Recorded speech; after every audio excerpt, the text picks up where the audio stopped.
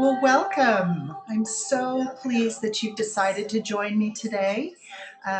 This beautiful music we're listening to is ancient Christian music from the Aramaic tradition. So I'll have links to that in the follow-up email. So thank you so much.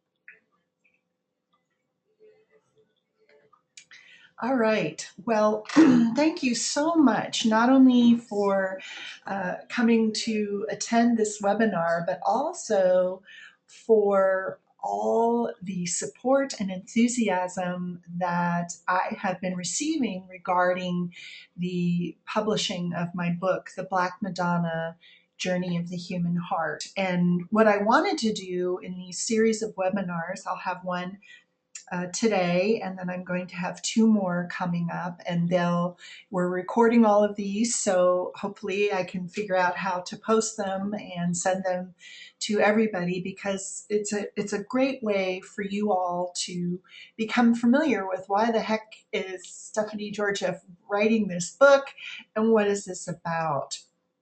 Now, this webinar and this segment is basically an overview of my journey of discovery with the Black Madonna.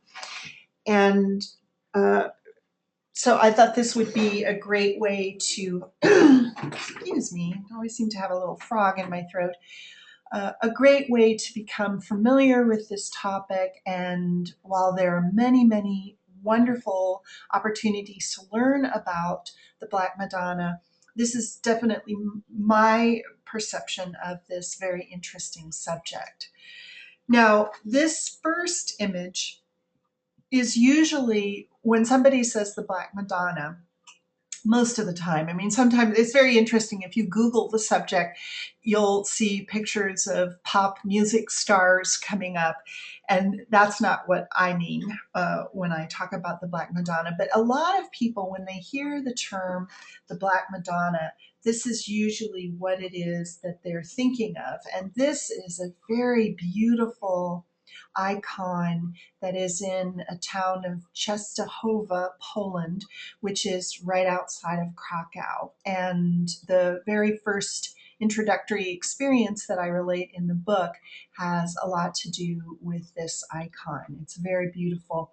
And in the book, I talk a lot about it. And in the next talk, I'll go over a little bit more about the history. But usually when people think of the Black Madonna, this is the Black Madonna that they're thinking of. Now, you know, if you know me personally, which many of you who are attending this webinar do know me personally, or if you simply Google me, you'll think, what the heck is she doing writing a book on the Black Madonna?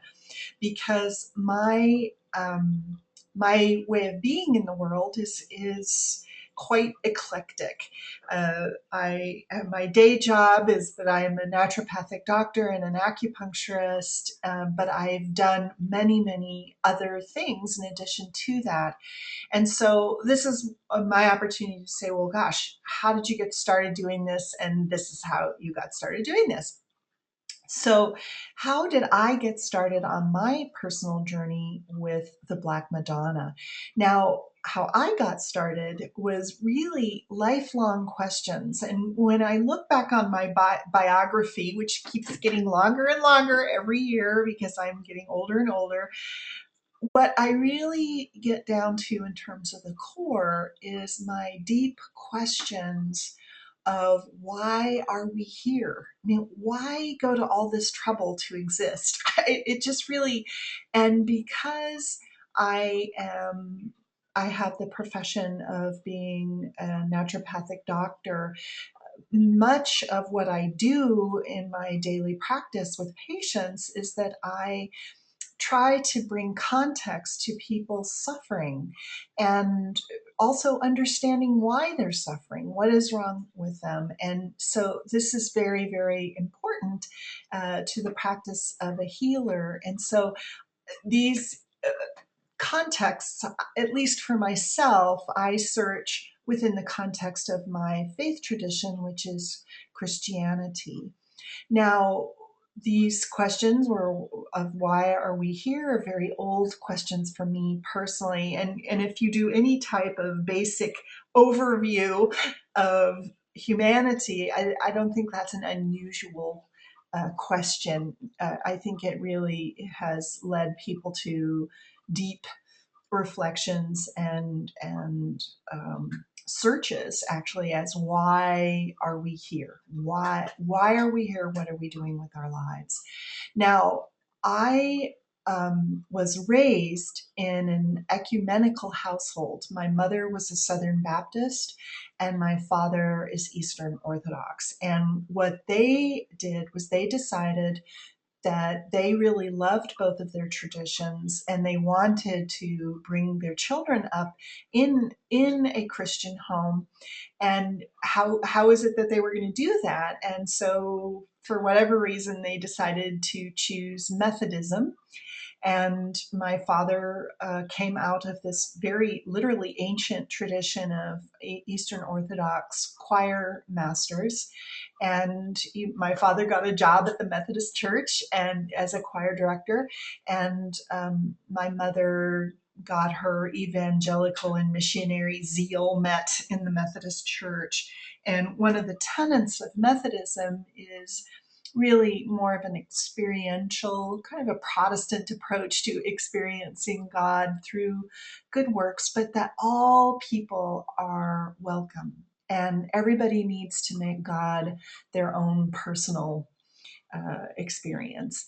And so everybody is welcome at the communion table. Everybody is welcome. And so we put in this deep, mystical, beautiful, ritualistic tradition in Eastern Orthodoxy, which my family celebrated. We celebrated both Easters and both Christmases, and I would go to with my father to the different Orthodox churches in Southern California for the High Holy Days.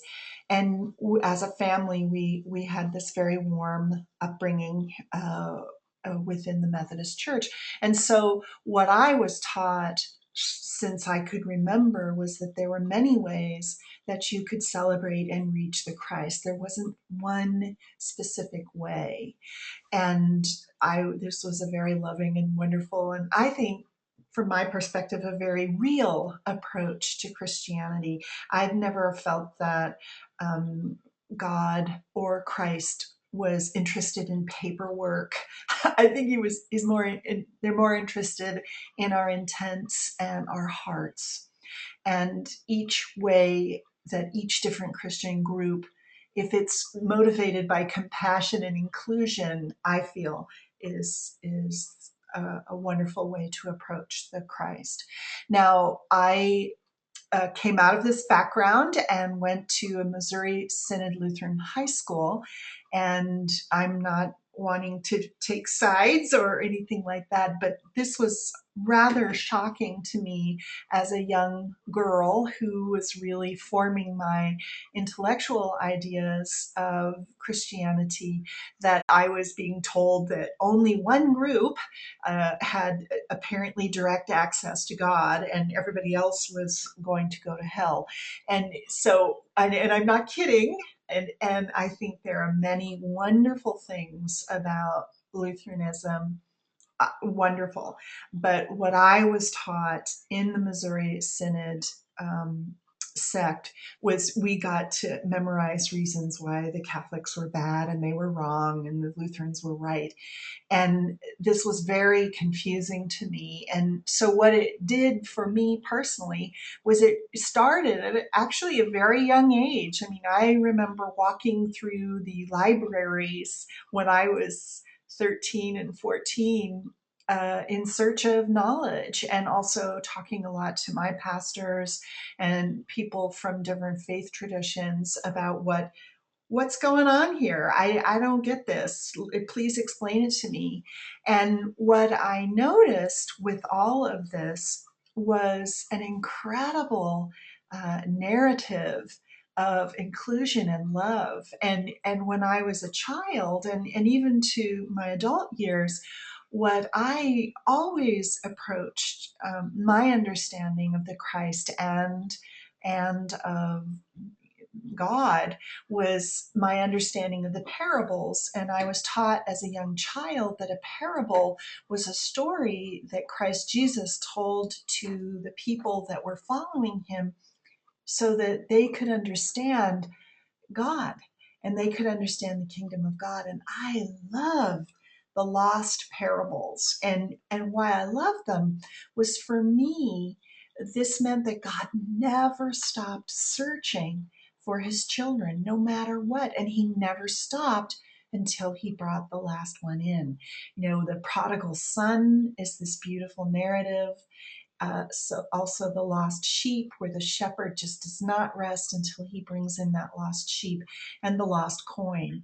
And so I took this understanding and my understanding of how I was raised in this ecumenical household, and I also had this confusion, and I don't think the Missouri Synod Lutherans have a market on an exclusory approach to the Christ. It's always kind of amusing and sad to me when you go into different churches and they'll have these little cards, these info cards that say, everybody's welcome, but you can't take communion because, oh my gosh, you're not welcome to share in this ritual. But fine, you can give us some money and listen, but you can't participate.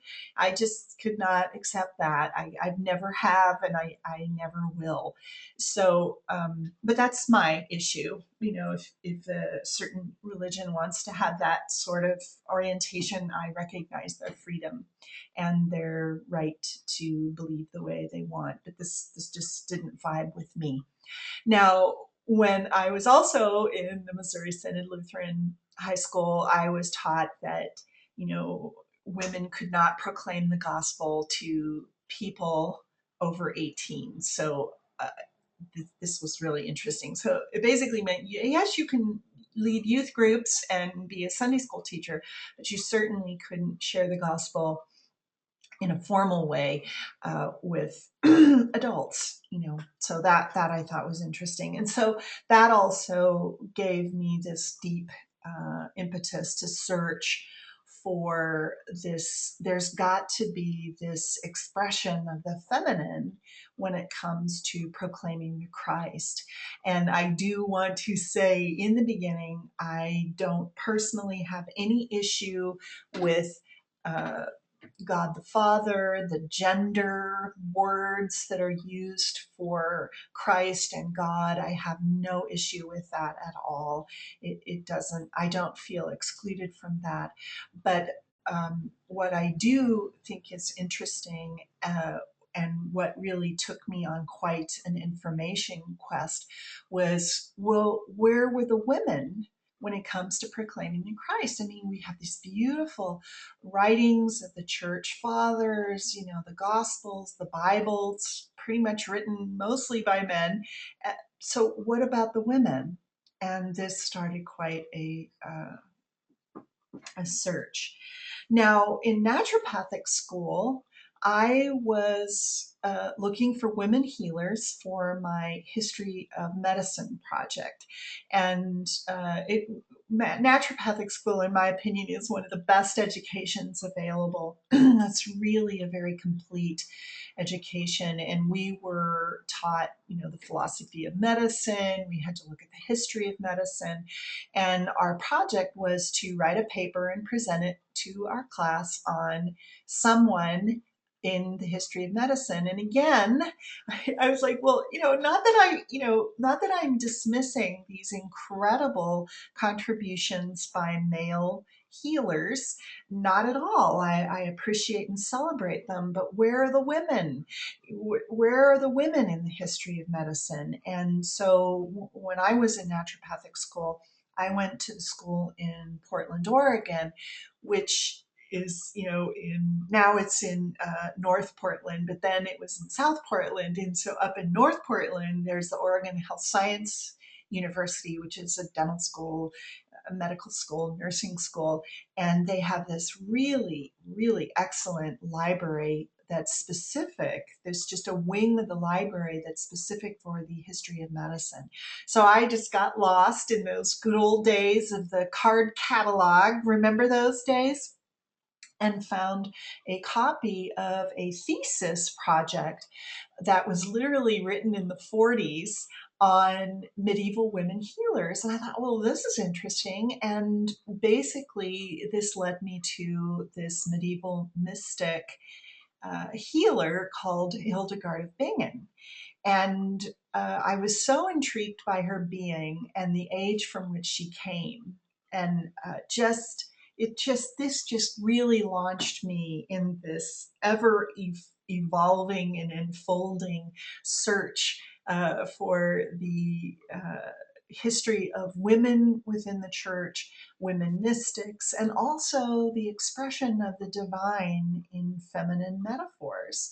And I really became interested in the age from which she came. I mean, these ages, particularly in the development of Christianity in Europe, are very, very fascinating. And I became immersed in the study of medieval women mystics and very interested in the figure of the Virgin Mary in art, culture, and spirituality. So if you ever have the chance to come and visit me and you look at my own personal library, you're like, wow, it's pretty mono focused there. But I really enjoy reading about this period of history and looking at what it has to say about our evolution as a Christian community, but also the contributions of women to the evolution of Christianity, as well as images for the feminine in the divine. And if you study the Middle Ages at all, you cannot get away from the Virgin Mary. And there is just so much information and focus. There's even what's called the cult of Mary, which really started during the Middle Ages. And actually, what you'll learn from the book, and hopefully I can touch on it a little bit during our talk, is that the Black Madonna actually has a lot to do with the formation of the cult of Mary in the Middle Ages. So what I want to do here is show you, if I can get this to work, a picture of an icon of Hildegard of Bingen. This is Hildegard here. I don't know if you can see my pointer. This is her protege, Ricarda, and what she literally had was an ongoing vision of the spiritual world. So here's the doors of heaven coming down to Hildegard and her secretary Volmar. And what she did was she would see these incredible images and then she would convey them to her sisters in her abbey and also Volmar. And they would paint these amazing icons and write her treatises. And so this is one of Hildegard's early visions, and this is Hildegard's vision of what the universe looked like. And obviously, when you see this, and what's so fascinating is this is from the 12th century, from the middle 1100s, and this is obviously very feminine metaphors that, the universe really looks like an egg. And, this is the sun and the moon and the stars, and here's all the angels, and, this is the love of God. And so it's a very, very feminine, and earth is in the center of this. So it's a very feminine expression of how God made the universe. And this is also one of my favorite icons of Hildegard. And again, very rich in feminine metaphors and symbolism. And here's Hildegard, getting her direct revelation of how man is created literally in the bosom of the Creator. And this, comes from the Psalms. uh, and what's interesting, here's the human, and is surrounded by all the creatures in the universe that bring life to the human. And then this red figure here, I don't know if you can see it all that well. The picture didn't reproduce very well in this presentation, so I apologize for that. But this image, and it's a female, and the reason we know this is because this is a skirt. And so this is the love of God. Caritas is the Latin term, and caritas, the love of God, is the feminine expression of the divine, and humanity is surrounded in the love of God, in the bosom of God, and then here's God up here. So it just really beautiful, rich imagery, very feminine, but also very inclusive. So I was just intrigued. Now, excuse me, my postgraduate experience with Hildegard, or actually in many areas, was that not only was I active in setting up my practice, I was doing a lot of lecturing because, as I like to say, my career is not on the spell check. And so most of what I did in my early career was literally go on an evangelical speaking tour telling everybody what naturopathic medicine was all about. And because I get most of my context for healing through my Christian tradition, I was speaking on women's health, women's herbalism, women's spirituality.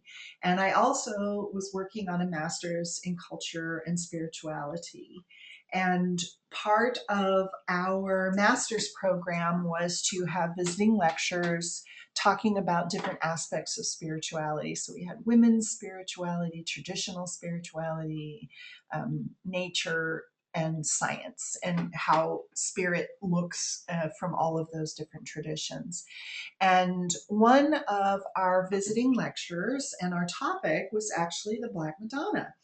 And a visiting lecturer, her name is China Gallen, and she is a contemporary author that has written numerous books, but one of her books that was actually assigned to us was called Longing for Darkness. And this was her experience researching the Black Madonna in different cultures. And it's a very, very interesting and read. And so I was impressed with that.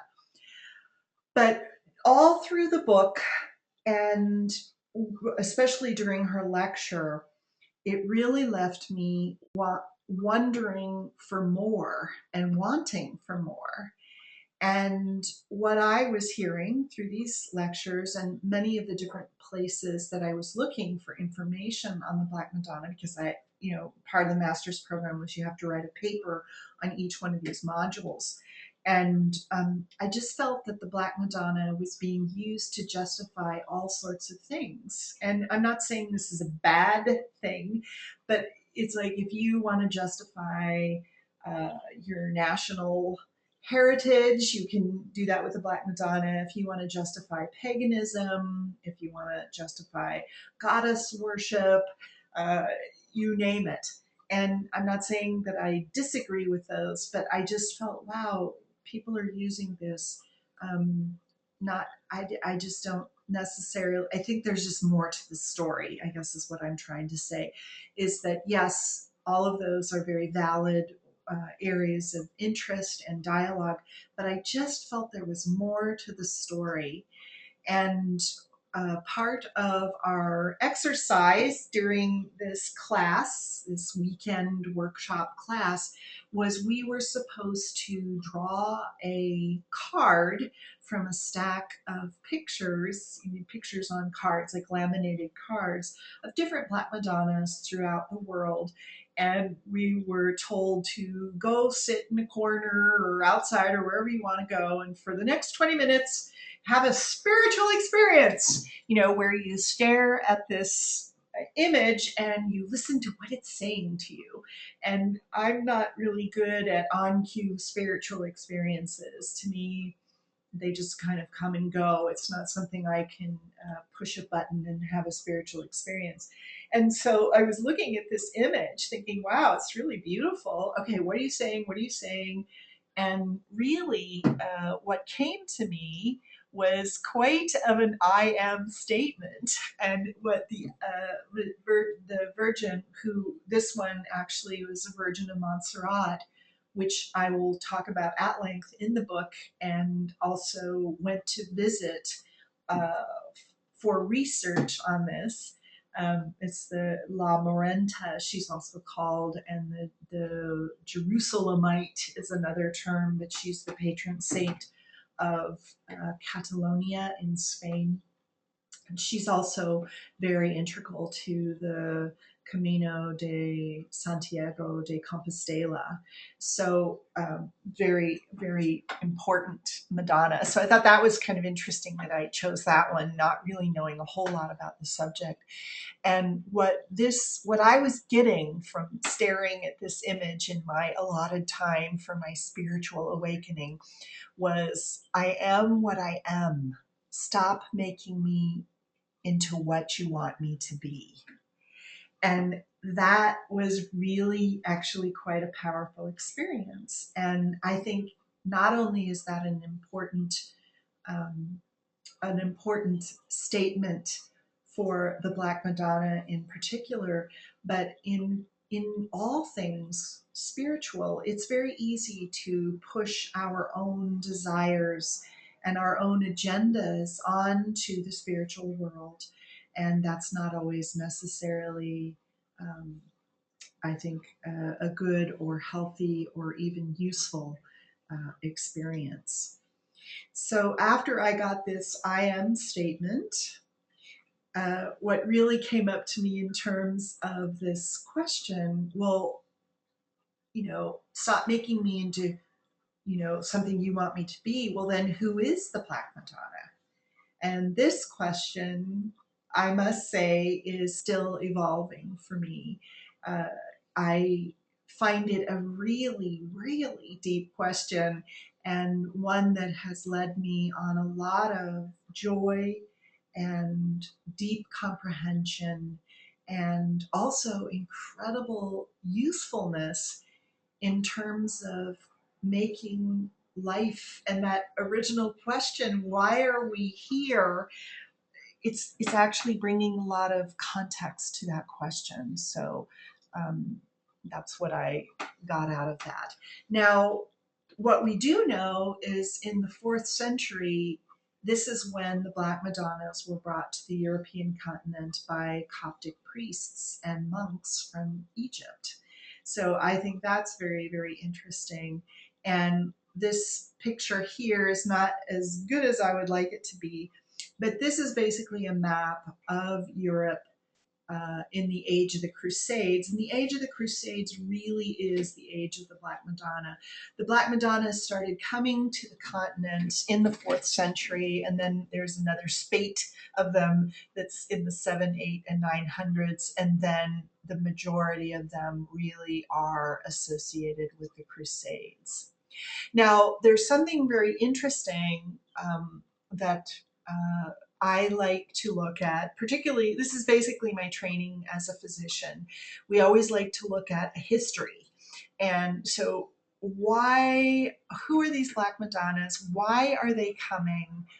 What's that about? And it's very interesting, and I do quite an overview of this in the book, looking at the development of Christianity, and during this development, what is going on, and then looking at the corresponding experience of the Black Madonna as an art form.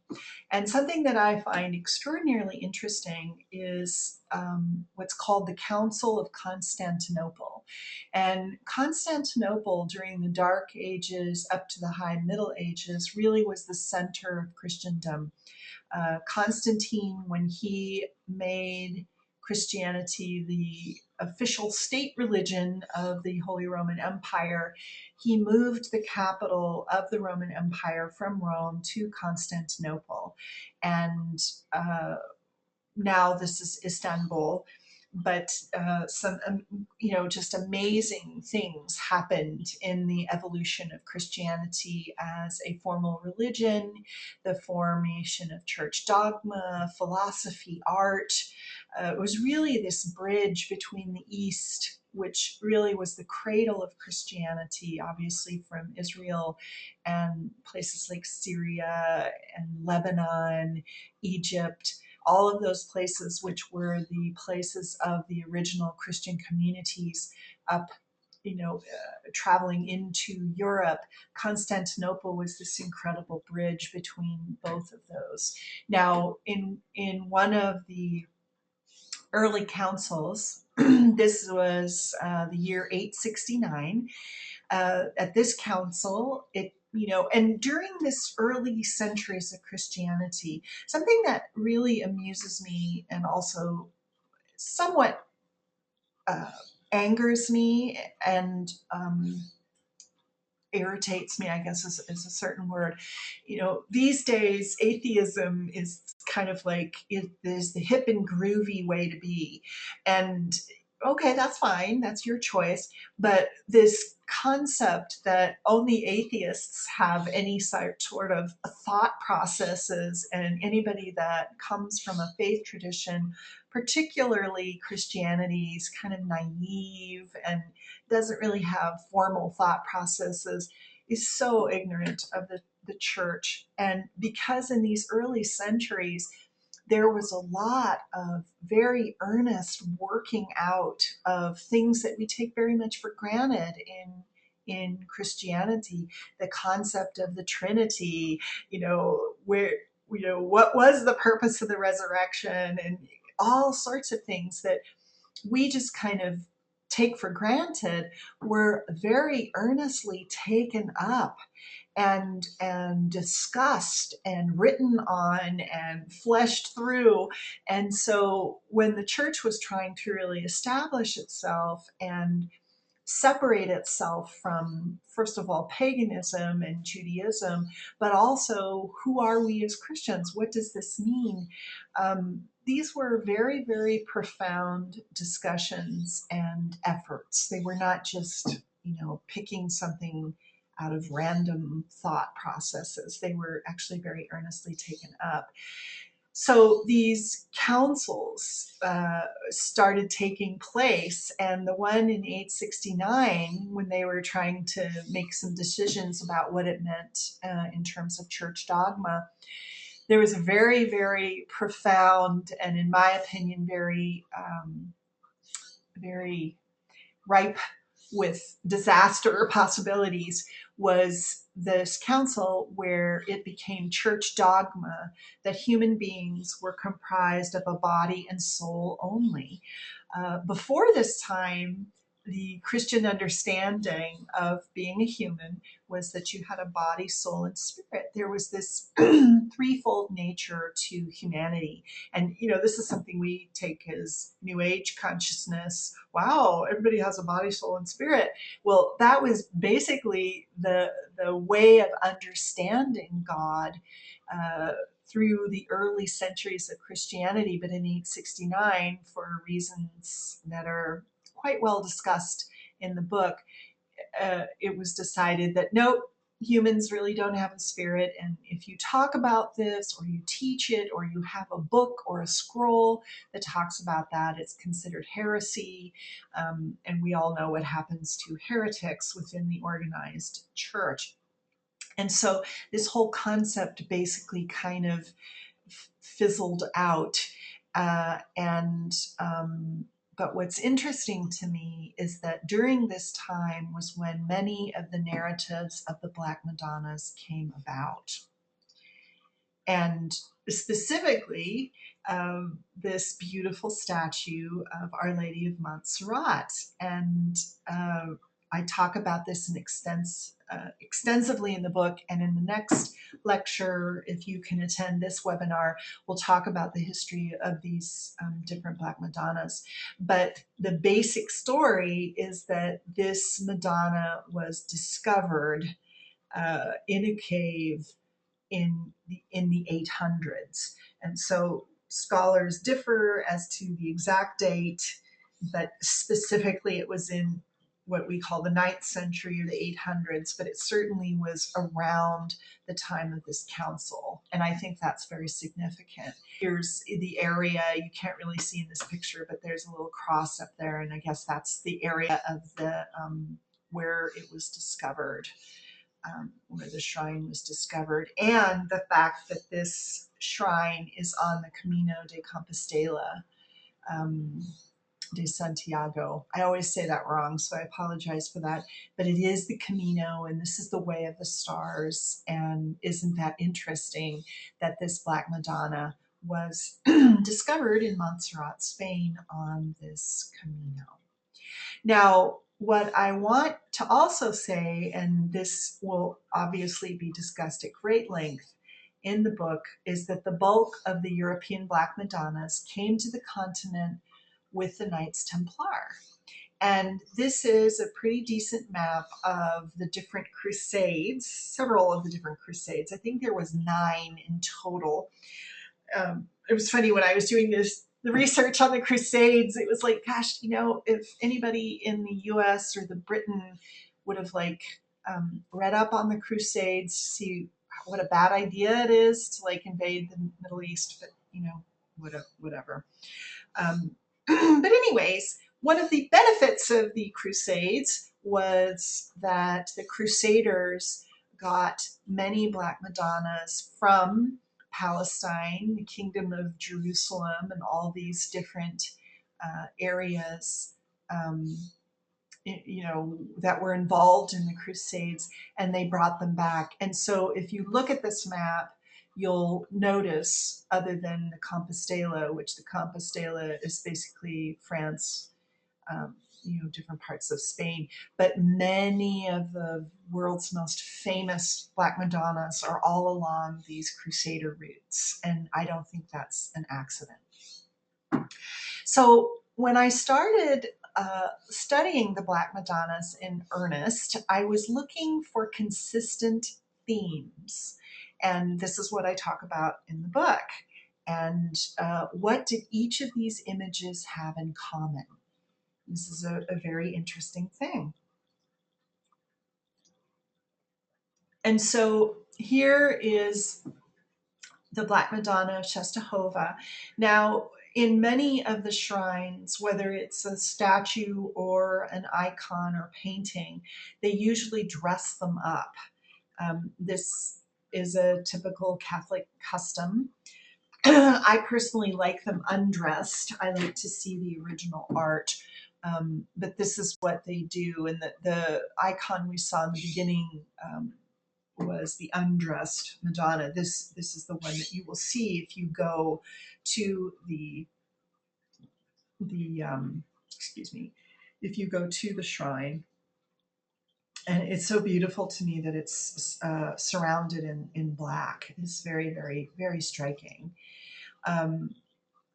This is the Black Madonna of the Souterre. Souterre. It's in the grotto of Chartres. And again, what I'm doing here is I want you to notice the different similarities in these. This is Black Madonna that was brought over by the Coptic priests, and look at the size of the hands in this. This is another one, and again, the hands are so striking.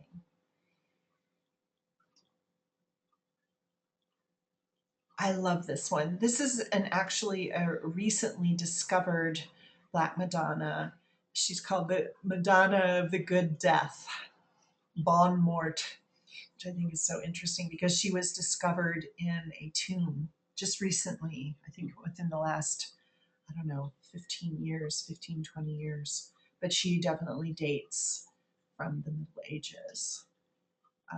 Rachmaninoff. This is definitely one that was brought back by a Crusader. And here is yet another one.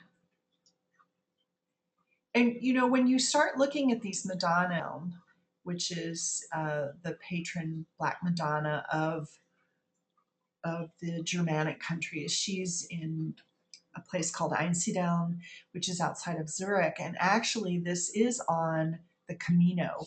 In this part of the world, it's called Jakobsweg, because the end of the Camino is a place called, the bones of St. James are there. And so Jacob's Way, James Way. And, some of the theories about, what these images are all about is there, and I'll talk about this in the second talk, but there was a paper that was presented in 1952 at the American Academy of Sciences. And what the author of the study was doing was looking at all these different Black Madonnas. And what he did, because he's a scientist, he said, okay, we're going to examine these Black Madonnas and we're going to put them in categories. And so the very first category was they're Black because they are come from an area where the physiognomy and the outer appearance of the humans there are Black, African, Middle Eastern. So that's why they're dark brown and black. The next category was the Black Madonnas were Black mainly because they'd been sitting in these big, dark, old cathedrals for 500 to 700 years. And you tend to get a little dark, especially if there's candles all around you. There's lots of stories of the different Black Madonnas that they were burnt by raging Protestants or, Saracens or you name it. And, they got a little dirty and all of that, and that's why they're Black. But the last reason was there is no reason. They don't understand why they're Black. And if you look at all these different sculptures and icons, that's not grime. They're Black. They are intentionally Black. And I will be really looking at that in our third talk together. So there were similar observations when looking at all of that. So when you look at the bulk of the Black Madonnas in Europe, and here's a beautiful picture. This is a modern rendition, but this is in the shrine at Czestochowa in Poland. So over a lot of the archways, when you're entering in different areas of the shrine, they have a copy of the Virgin. What I thought was so interesting was that each of the Madonnas had a story of discovery. So when we see, quote unquote, a white Madonna, let's say the Sistine Madonna, you hear about Raphael and how he came to paint this picture. But when you talk about the Black Madonnas, there's no artists or specific dates for their images, but they all have stories of discovery. Now, I think that's very significant, particularly when it comes to the Christian journey. The next thing that I noticed in Czestochowa, between the ages and dates associated with the appearances of the Black Madonna. And that was interesting to me. It's not like, well, one of them comes every year from here to there. There was this really interesting kind of collection of appearances that are around similar times. And I thought that was very interesting. And this is a picture of the Black Madonna of the Pillar, and she is in Notre Dame, and I'm sorry, Notre Dame de Chartres. And that shrine, in my opinion, has three. Now, the locations of the Black Madonnas, I noticed that this was another similarity of all the Madonnas. And what was fascinating to me was that a majority are along the Compostela, this Camino walk, which literally means the way of the stars. That was fascinating to me. They were also found in grottos, in caves, in wells and streams. This is interesting. And also, they were found in the dirt. Somebody would be out either tending their sheep at night or out hunting, and they would see like a mound of dirt, and they were either going to bury something or for whatever reason, was moved to dig in the dirt. And when they would dig, they would find these Black Madonnas. And when they would pull them out of the dirt, then a stream or a well would bubble forth from this. I thought that was really interesting. Now, again, I apologize for this picture, but it really, this is the major walkways of the Camino, which ends up in Santiago de Compostela. And unfortunately, that terrible, terrible train accident happened there a few weeks ago. And I think this is one of the reasons why the people were so distraught, because this has been a holy shrine journey for, I think, somewhere almost for 1,000 years. And what we find all along the way is Black Madonnas. And I talk about why I think that is. Obviously, this is my opinion, but I have some pretty good reasons for that. And that was interesting. Now, also, please note, this is a limited map of the Camino. The Camino literally goes all throughout Europe. And you know the term all roads lead to Rome? In truth, all roads lead to the Camino in Europe. And it also does not have the Camino walk that's part of southern Spain. As I said before, the Germanic countries, they call it Jakobsweg, Jacob's Way, and Czestochowa and Einsiedeln are both on this way. And as I said before, they're found in grottos, they're found near streams and wells, or their discovery actually starts a stream or well. It's very interesting. Now, the physical qualities of the Black Madonnas, and go back to those really interesting examples of the Black Madonnas. Obviously, the color, they're very definitely black. If they're not black, they're extraordinarily dark brown. And what's fascinating about that is some of these Black Madonnas were hidden during the French Revolution, or they hid them because they didn't want the invading Turks to get them. And when they would bring them out, they thought, well, maybe we should gussy this up a little bit. And when they would clean them up and make them white, the local population didn't want them. And this is true in Einsiedeln. They didn't want a white Madonna. They wanted their Black Madonna, so they would paint them black again. So I think this is interesting. Now, also, when you notice most of these Black Madonnas, they don't look like they're having a great time. They look very somber, sad, actually. And they have such huge hands. And when you compare those hands with what I considered white Madonnas, there's a huge difference. In some of the statues, the hands are almost larger than the infants, the baby Jesuses. To me, that's very significant. And I talk a lot about that in the book. And I also will be covering that in the last lecture.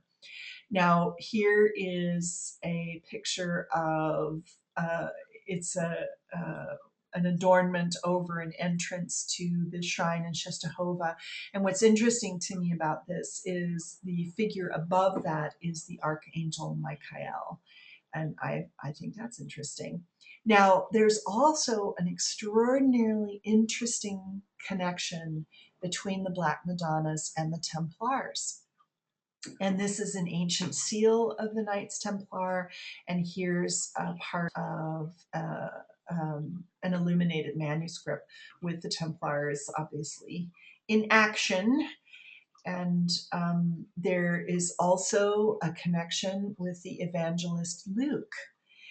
If there's any artist associated with these paintings or sculptures, it is attributed to St. Luke. And I just think that is so fascinating. And I do obviously explore that in the book. This is a modern icon of St. Luke the Evangelist, but I just think that is so beautiful. If you look at older icons of the Evangelist Luke, he's usually pictured painting a Madonna or with a book, writing in a book, but he always has a bull associated with it. And I just love that. I'm going to see if I can order that. I would like that in my room. I just love that.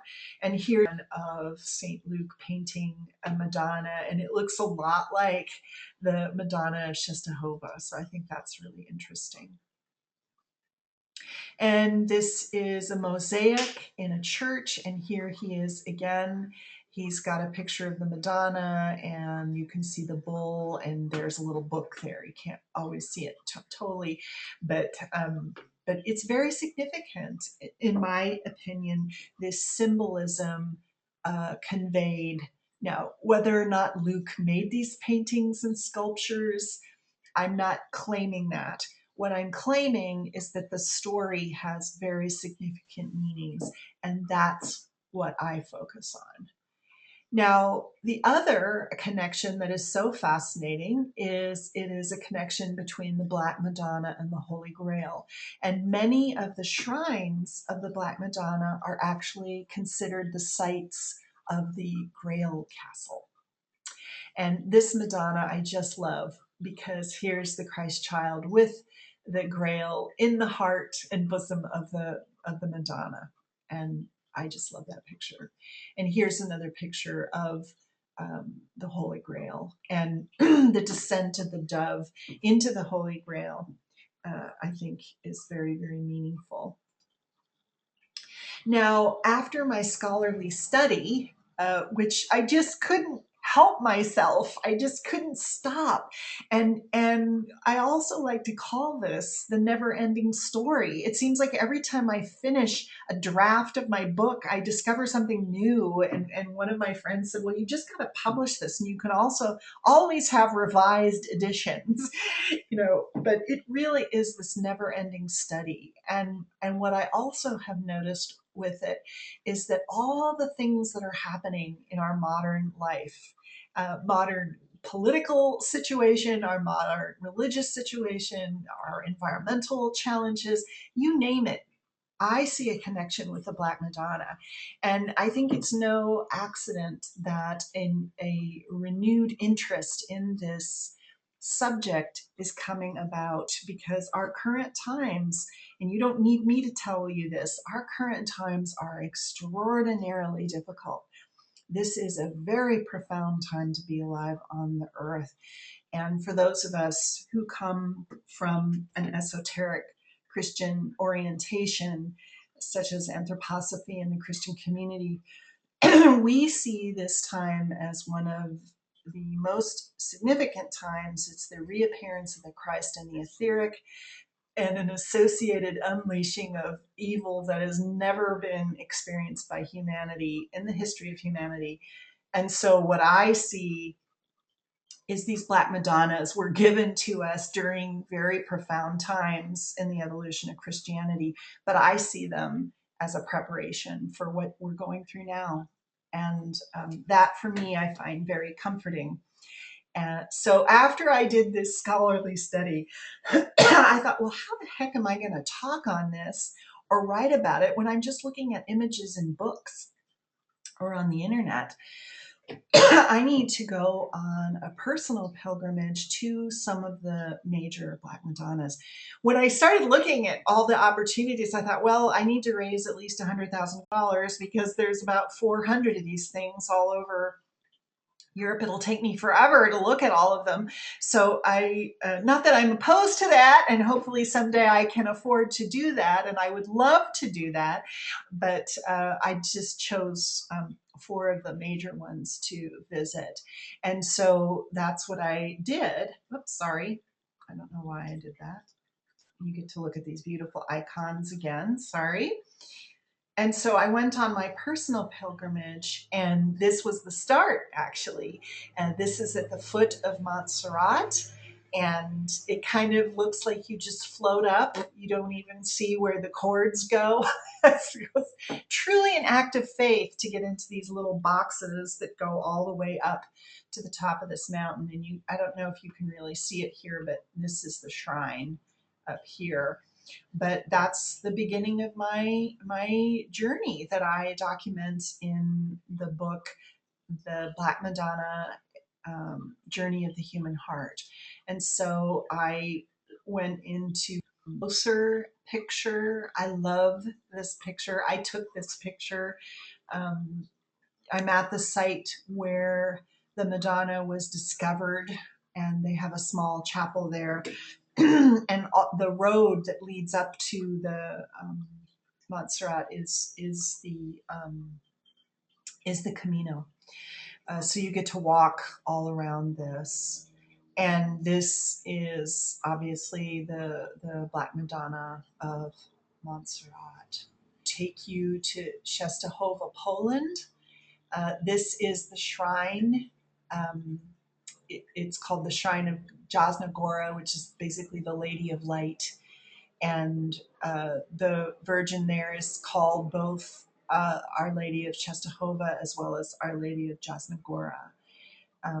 It's really a beautiful shrine. And this again is a picture of some of the adornments around the different portals of the shrine.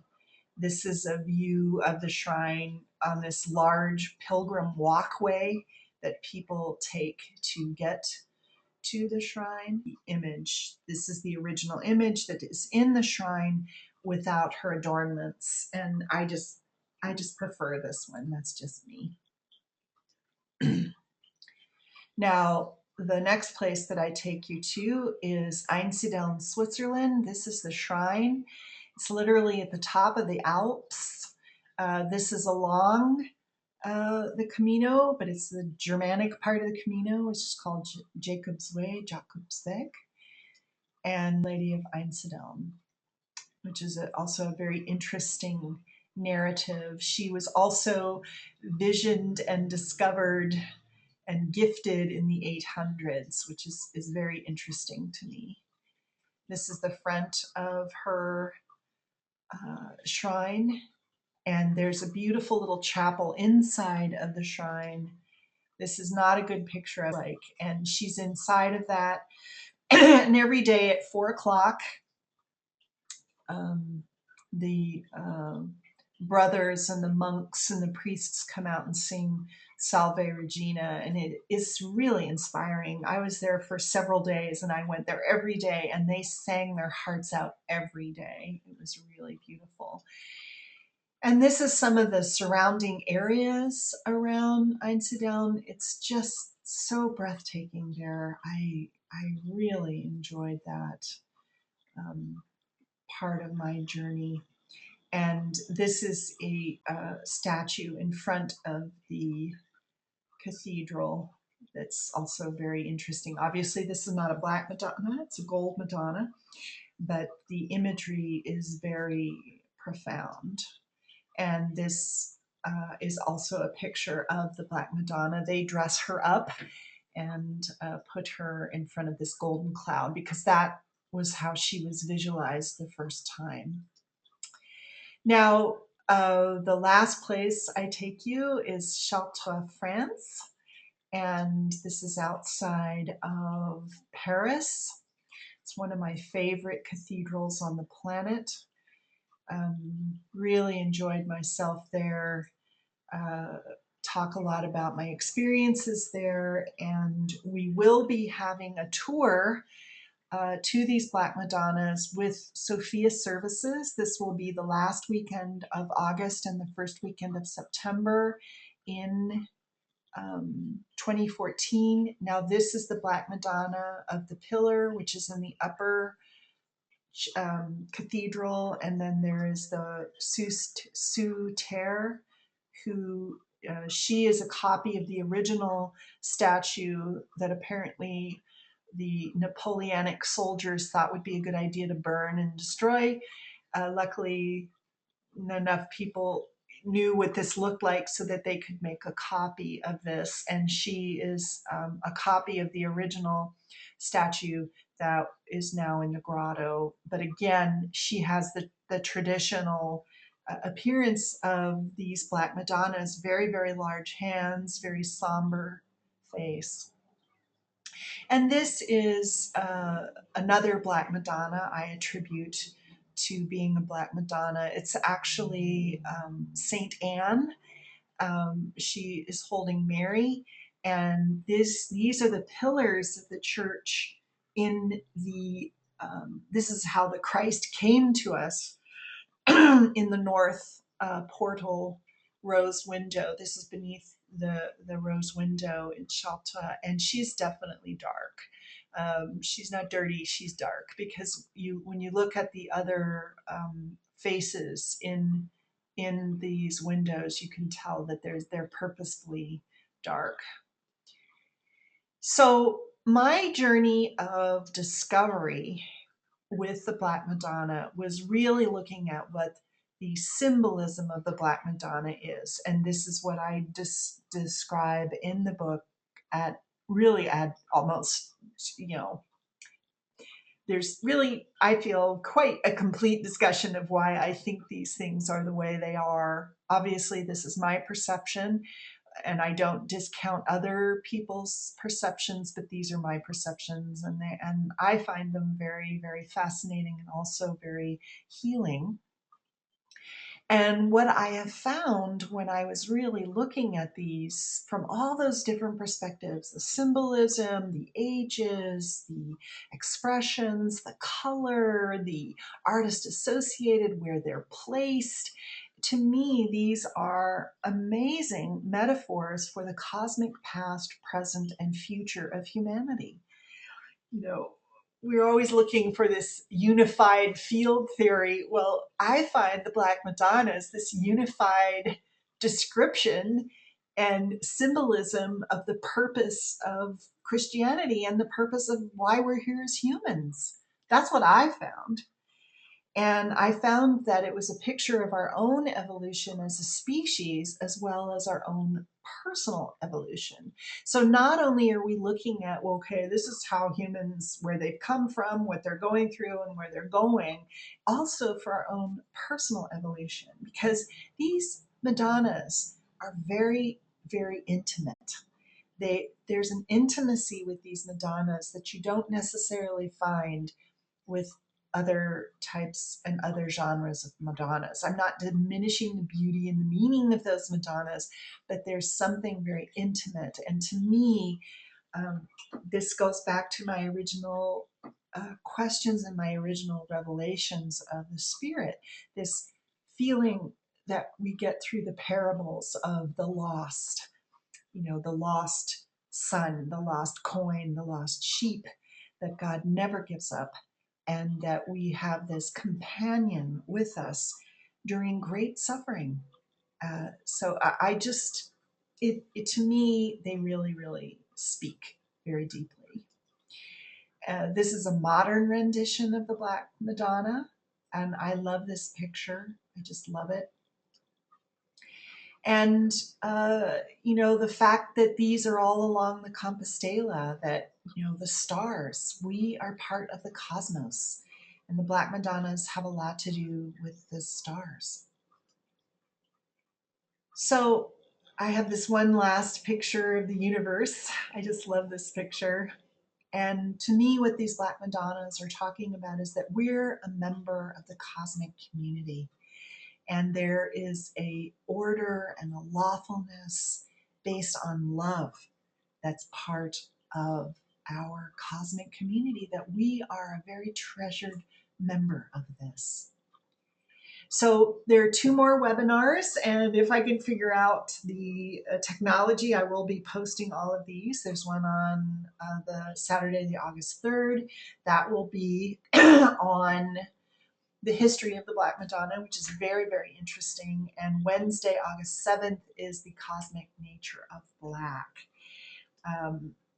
I want to thank you so much for your participation. I am so grateful to you, those of you who have donated to make my book a reality. And if you haven't, please do so. Any amount is fine. If you can definitely spread the word, I would be so grateful to you for doing that.